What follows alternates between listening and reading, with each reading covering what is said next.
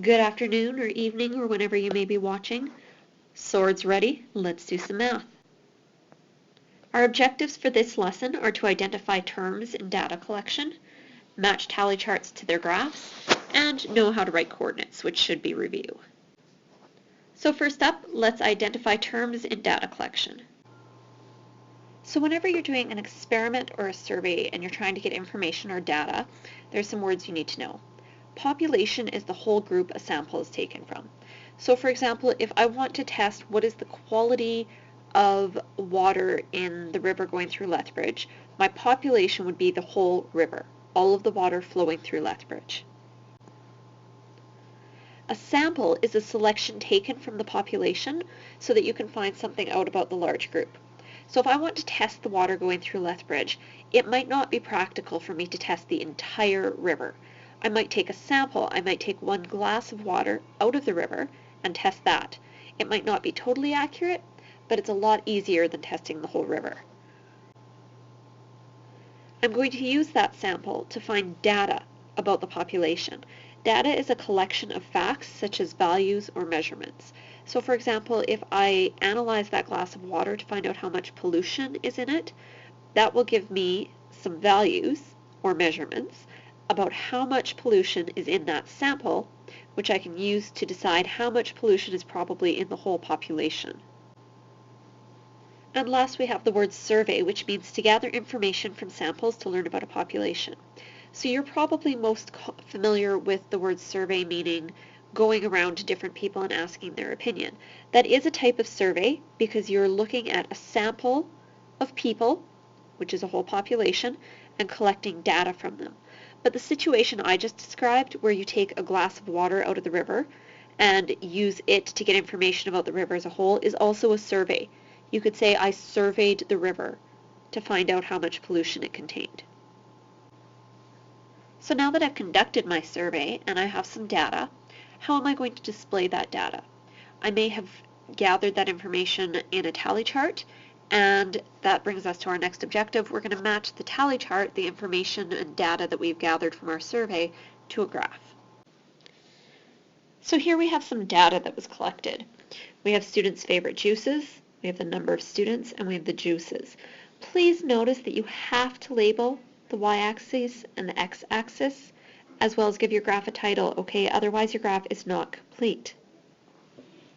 Now, judging from the fact that these students are choosing by color, I'm kind of suspicious that they're not really drinking juice, some kind of weird powdered stuff, but that's okay. We don't care about that right now. We are just trying to match up which of these three tally charts goes with this graph. So the easiest way to do that is to look at one section at a time. So let's start with red. Looking at the graph, I can see that 2 students chose red.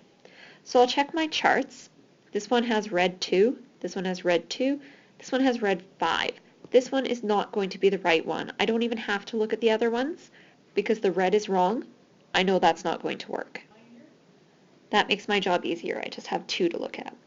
Now these 2 are okay for red, so let's check the orange. Orange had 8. So this one has orange 8, this one has orange 8. Okay, let's look at yellow.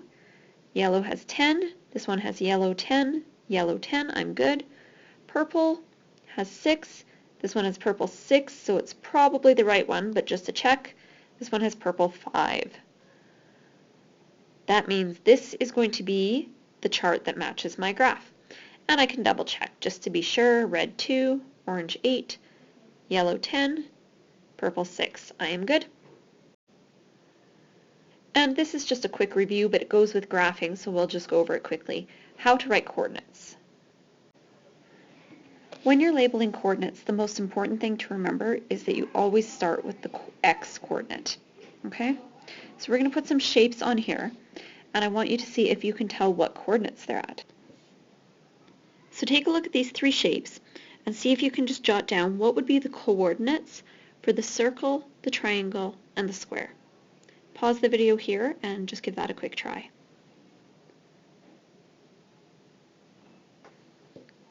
Now in this case the coordinates are letters, but they could be numbers or anything. It doesn't really matter. Let's start with the circle. Now when I outline the circle is at h on the x-axis and h on the y-axis. So its coordinates are h, comma h, and again, remember, we always put them in brackets with a comma between them. When we look at the triangle, it is also at the same coordinates. It's smack in the middle at e, comma e. Still important to know that we're doing the x-axis first, and you'll see why now that we're at the square. So the square is at C on the x-axis and A on the y-axis, C, comma A.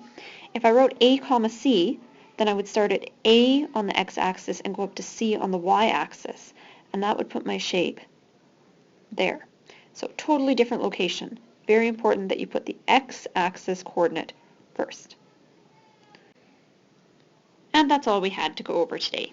So if you could just get this review done, preferably in your math notebook, hopefully you have that at home.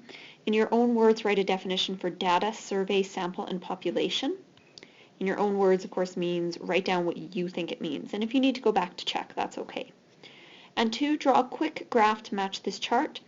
Make sure you label the x and y axis as well as give them a title.